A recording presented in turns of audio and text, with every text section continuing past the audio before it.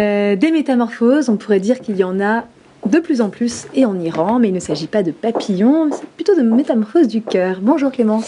Bonjour Anne-Laurence. Effectivement, je voulais vous parler de l'Iran. En Iran, on constate qu'il y a une véritable explosion du christianisme et c'est un vrai paradoxe parce que sur place, l'Église est vraiment menacée en quelque part. Beaucoup de chrétiens, de leaders chrétiens sont emprisonnés. Et un conférencier, Merad Fatih, a expliqué en 3 points très simples qu'est-ce qui serait à l'origine de l'explosion du christianisme. Alors le premier point, il s'agit de problèmes sociaux. On remarque par exemple l'augmentation du chômage, de la prostitution, et donc tout cela crée quelque part un désenchantement des Iraniens. Le deuxième point serait les prières ferventes, parce que ce conférencier est chrétien et donc il croit dans la puissance de la prière.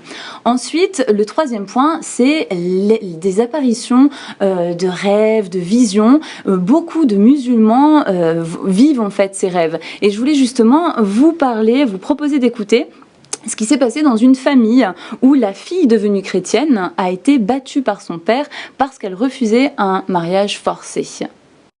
I heard the story of a daughter who came to Christ, a student. J'ai entendu l'histoire d'une jeune fille qui est venue à Christ en tant qu'étudiant. First, he was not taken seriously by his family, by her family. Et d'abord, elle n'a pas été prise au sérieux par sa famille.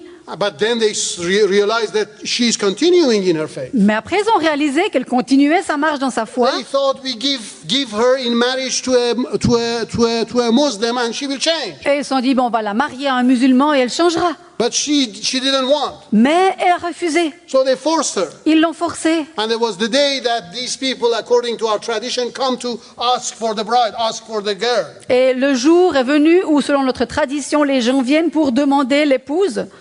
And before the father and the family, she said, "No, I cannot marry you." Et devant le père et toute la famille, elle a dit non, je ne peux pas vous marier. And it was so bad, for her father. Il se sentait tellement mal pour son père. So it was like his reputation got damaged. Bien sûr qu'elle salissait sa réputation. So when the person who had come for this girl went. Donc, quand les gens qui étaient venus pour prendre cette épouse sont repartis, the dad was so angry, he took out his belt. Le père était tellement en colère qu'il a pris sa ceinture. And he started beating the girl. Et il a commencé à battre sa fille. I said, I will kill you if you don't change your religion, if you don't come back to Islam. Il a dit, si tu changes pas ta religion et tu ne reviens pas à l'islam, je te tuerai. And as he was beating up the girl, et alors qu'il battait sa fille, suddenly he fell down. Tout d'un coup, il est tombé, il s'est écroulé. He got sick. Il est tombé malade. And he started shouting, "Have mercy on me, have mercy on me." Et il commence à crier, pitié de moi, pitié de moi. The daughter got worried. Et la fille s'est inquiétée. With all the wounds that she had, she started getting worried for her father. Avec toutes ces blessures qu'elle avait partout, elle a commencé à soigner son père. Dad, what is happening to you? What's wrong? Eh mais papa, qu'est-ce qui se passe? Qu'est-ce qui va pas?